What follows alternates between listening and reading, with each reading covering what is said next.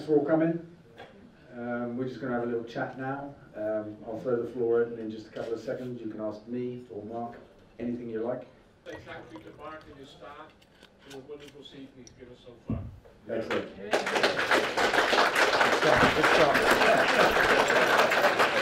Another money after. Mark, Yep. did you look to sign an experienced goalkeeper for this season, or is it your policy to continue giving young loanees an opportunity? Did I look for an experienced goalkeeper?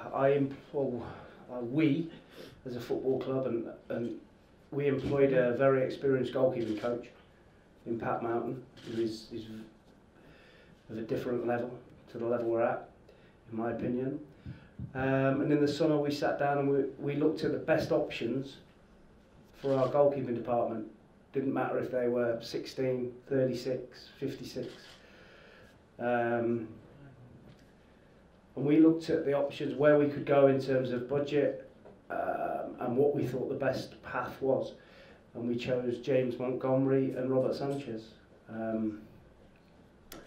I think the point you're getting at is that the inexperienced ones make more mistakes. Is that correct? Correct. Yeah. But what you also get is the stuff that Robert Sanchez gives you that the others don't.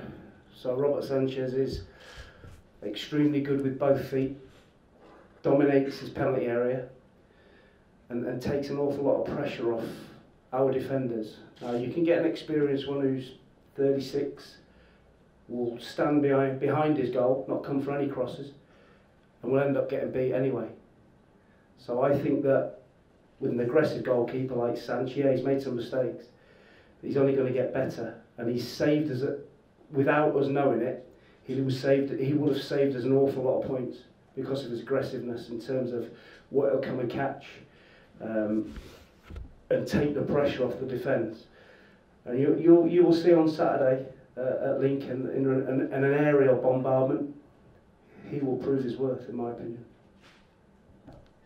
Everybody makes mistakes, doesn't they? Yeah, listen, Sanch knows, we know he's made a few mistakes that have cost us goals and cost us points. But I'd rather have that and that aggressive style of goalkeeping than somebody that stays on their line and will not come anywhere near the ball. Yeah, maybe I'll just chip in there and say it's not like 6th isn't good enough, is it? You know, maybe we could do better, but we're doing pretty well. You know, I wouldn't turn our attention on Sanchez. I don't think that would be right or fair. You know, I think the whole team are doing really well. We're doing well as a club. I wanted to ask about the sale of Christian Doidge. I understand that he's technically on loan until January, and I wondered whether the sale has gone through for sure, because I'm a bit worried about Bolton Wanderers seem to be on the verge of going into administration already. Have they paid us for Christian Doidge? And I also wondered, is there more money if Doidge does well and gets in the Welsh team or plays a lot of games, or if they sell him for several £1 million, will we get a proportion of the sale on fee? Okay, there's a few questions in there. The contract is firm. It is a loan with a transfer in January. That's not unusual, but it is a firm contract for that to happen.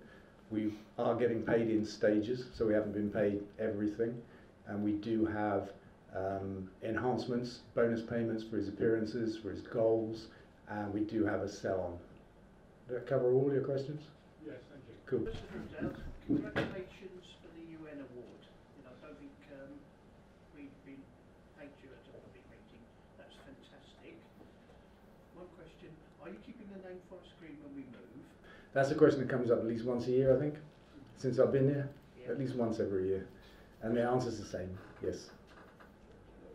Have you heard any more on when, where the plans are going with the council? No. Yeah. I mean, we're kind of we're on it all the time, reminding them that we're still waiting for a decision and feeding them more information as they ask for it and stuff. I got a meeting with them this week.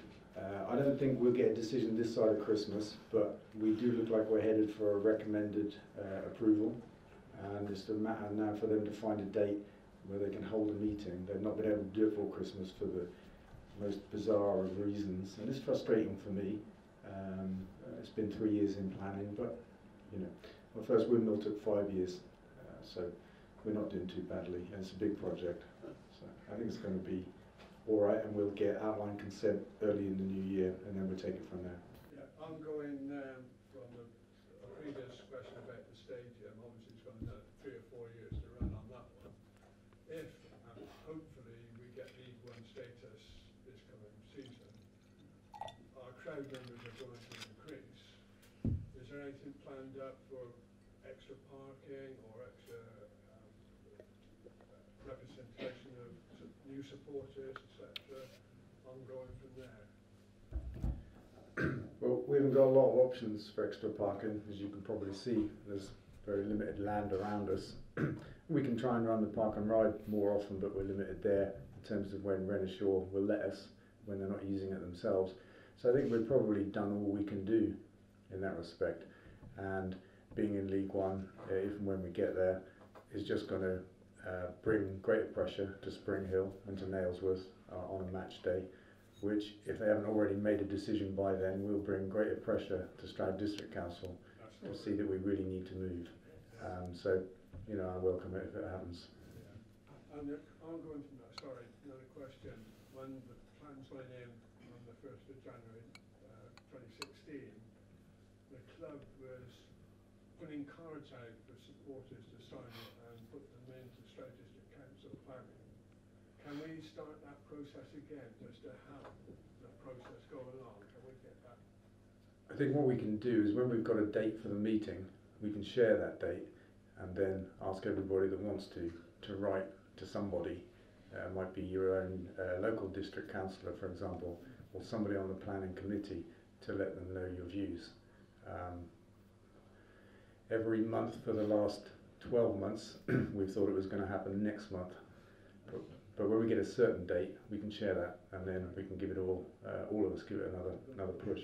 But the music that's played over the tannoys before the matches start, to my mind, is dreadful.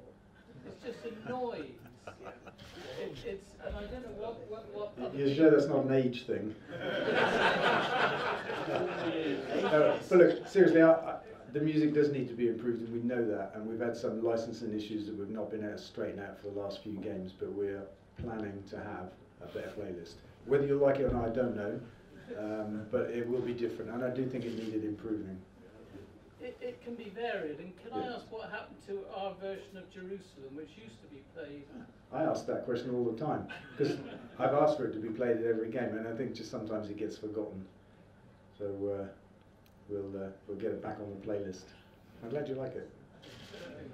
Are we going to team up with the Americans with the new thing moving forward, which I saw on the website not so long ago? American football. What thing is that? American football? Yeah, there was a team, was it Texas? Tennessee side. Oh, I see. The vegan chef.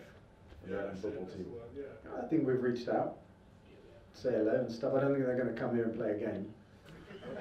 That's probably a good thing. Well, against our team, Well, no, but on our pitch. Because it didn't open up after seeing the state of Wembley last night. Yeah, you're right. Have we had the financial results for the last year? Are we anywhere near breaking even? Yeah, we have had them. I don't think they're published yet. We're just waiting for final order to sign off. I think we're like a week or two away from that. And we're in the black. And I think the sum is something in the region of 400 grand. Oh, yes. Pretty good. The drinks are on me.